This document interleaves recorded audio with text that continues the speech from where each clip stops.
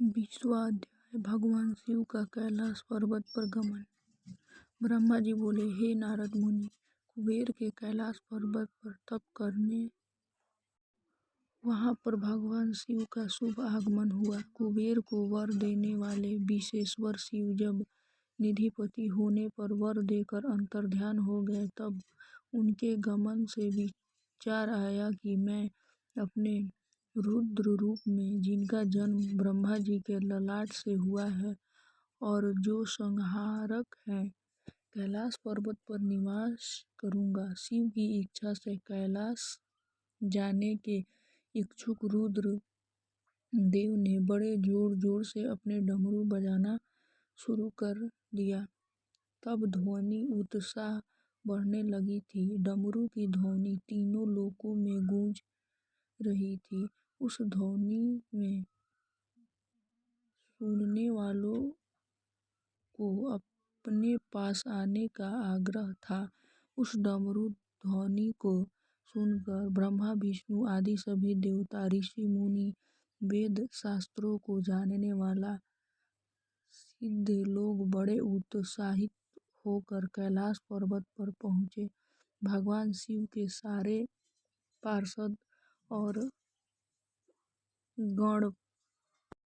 गणपाल जहाँ भी थे, वे कैलाश पर्वत पर पहुंचे। साथ ही असंख्य गणों सहित अपनी लाखों करोड़ों भयावनी भूत प्रेतों की सेना के साथ स्वर्ग शिव जी भी वहां पहुंचे। सभी गणपाल सहस्त्र भुजाओं से युक्त थे।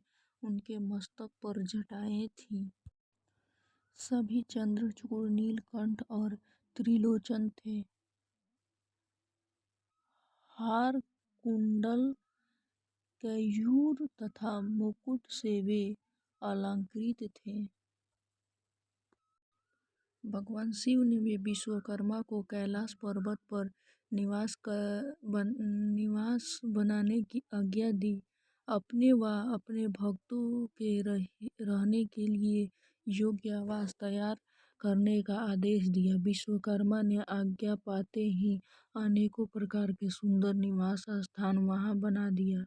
उत्तम मुहूर्त में उन्होंने वहां प्रवेश किया। इस मधुर बेला पर सभी देवताओं, ऋषि मुनियों और सिद्धों सहित ब्रह्मा और विष्णु जी ने शिव जी व उमा का अभिषेक किया। विभिन्न प्रकार से उनकी पूजा अर्चना और स्तुति की। प्रभु की आरती उतारी। उस समय आकाश में फूलों की वर्षा हुई। इस समय चारों ओर भगवान शिव तथा देवी उमा की जय जयकार हो रही थी। सभी की स्तुति से प्रसन्न होकर भगवान शिव ने उन्हें उनकी इच्छा के अनुसार वरदान दिया तथा उन्हें अभीष्ट और मनोवांछित वस्तुएं भेंट की। तत्पश्चात भगवान शंकर की आज्ञा लेकर सभी देवता अपने अपने निवास को चले गए। कुबेर भी भगवान शिव की आज्ञा पाकर अपने स्थान अलकापुरी को चले गए। तत्पश्चात भगवान शंभु वहां निवास करने लगे। वे योग्य साधना में लीन होकर ध्यान में मग्न रहते। कुछ समय तक वहां अकेले निवास करने के बाद उन्होंने दक्ष कन्या देवी सती को पत्नी रूप में प्राप्त कर लिया। देवर्षि अब रुद्र भगवान देवी सती के साथ वहां सुखपूर्वक विहार करने लगे। हे नारद, इस प्रकार मैंने तुम्हें भगवान शिव के रुद्र अवतार का वर्णन और उनके कैलाश पर आगमन की उत्तम कथा सुनाई है।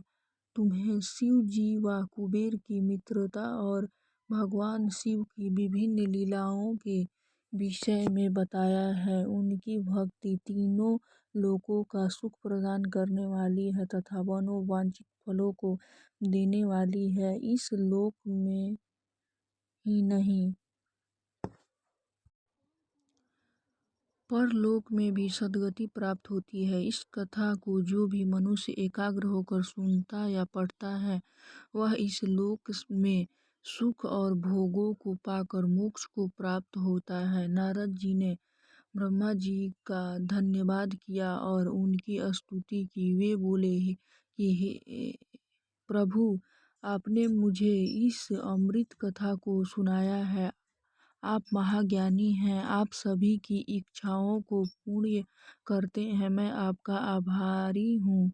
शिव चरित्र जैसे श्रेष्ठ ज्ञान आपने मुझे मुझे दिया है।